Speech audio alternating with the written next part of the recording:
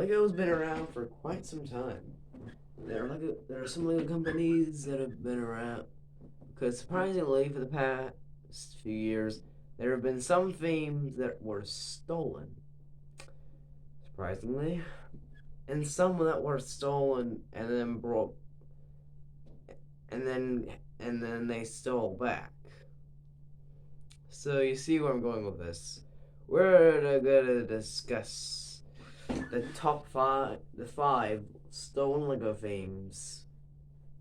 And maybe you're thinking there's more than five, right? Well, yes, there is, but I'm only doing five in this video, so take your chances, mate. You're watching a top five, okay? Surprisingly, back in a few years back before Lego Scooby Doo came, there was a company that made some sets. They made about a few sets out of this, which I actually am, and the sets are pretty horrible. Yeah. So yeah, it's not that very great with the sets. So yeah, so pretty much after that, a few years later, in 2015, Lego took over and made their own sets. Well, five. Well, yeah, just five. That's all you need.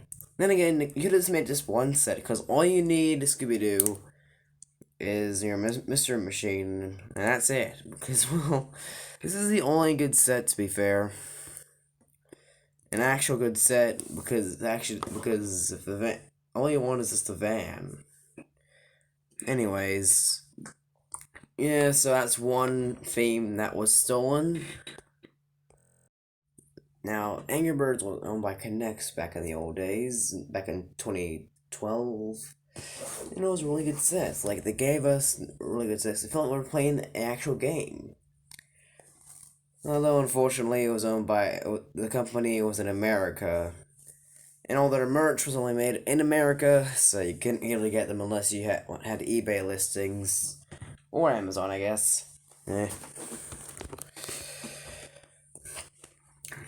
Yeah, there was really like a lot of good sets, and pretty much it was pretty fun to collect, to buy them and that. I really, which is why even though I even myself bought some sets of next of of com of some websites just to get some of the figures because I really like the design. But sadly, after the Angry Birds movie occurred, Connects was losing their Angry Birds theme, and then we got the Angry Birds movie Lego sets, which the sets are okay, yes. I mean, they're not perfect. They're actually pretty fine. They're just not that great, cause well, why do the birds even have hands now in the movie? I mean, sure, I guess. I mean, seriously, not even. I mean, the only person that actually has no hands is actually the Mighty Eagle because, well, he's meant to have no hands. He's a bird. Not to mention the sets are just kind of random. Besides the castle and the ship, the rest are some of the sets are just kind of like random, like. Oh yeah, remember that time of Red versus the plane? Yeah, that happened in the movie. Or the one with the egg set, with there being an egg machine, whatever it's called, I don't know. Yeah, this was okay, I guess. I mean, Lego was actually doing okay when they steal themes, but I just don't really see it received that very well.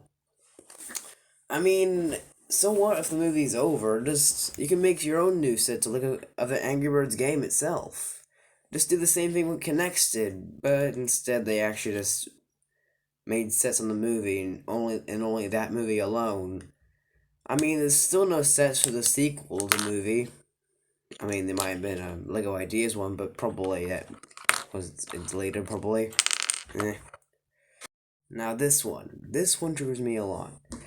You know that big favorite thing about about Lego Mario?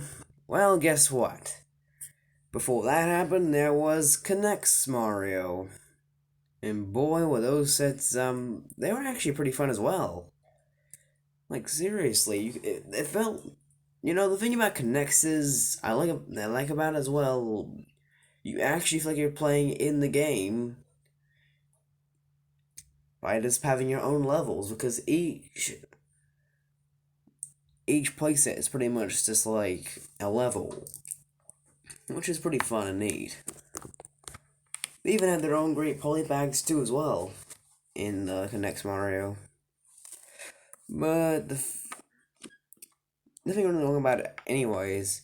Although I do kind of wish they had some sets for Odyssey before Lego took over. Or maybe Lego could have done Odyssey instead, I don't know. But yeah, the sets for Lego Mario, they're kind of fun in that, but jeez, just. I kind of wish Connect still owned it just so Connect can still live. But the thing, because I don't know for sure, just gosh, that Mario, it sucks. It's too big. Why does it look so creepy? Okay.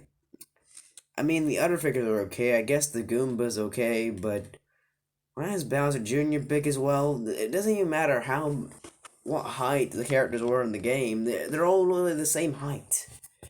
So that's the reason why I don't really. That's why the reason if I ever consider buying Lego again, I wouldn't really be buying these sets because well, just Mario. What's this? And they try to do the same idea by trying to make levels as well. But the thing is, they're kind of failing in that.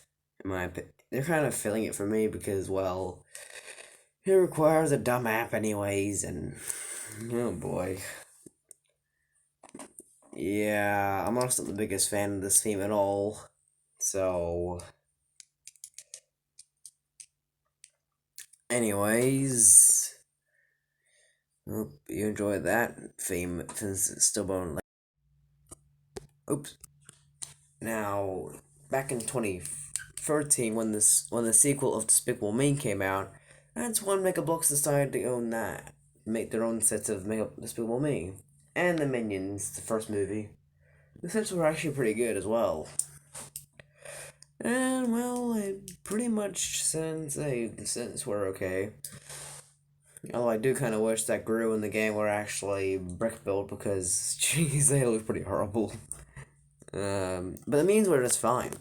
The minions were just fine. Makes me wonder why didn't any other Illumination themes were made in Mega Bloks? That's my question.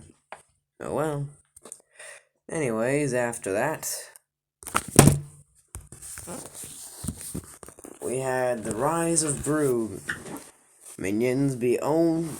The sets are now owned by Lego, which is I'm considering they're actually in good hands for this one because the sets are actually not bad. The sets that they're making in the Lego Minions is actually not bad at all. So, Lego, you've done it again. But just make sure it doesn't be similar to the Mario one, please.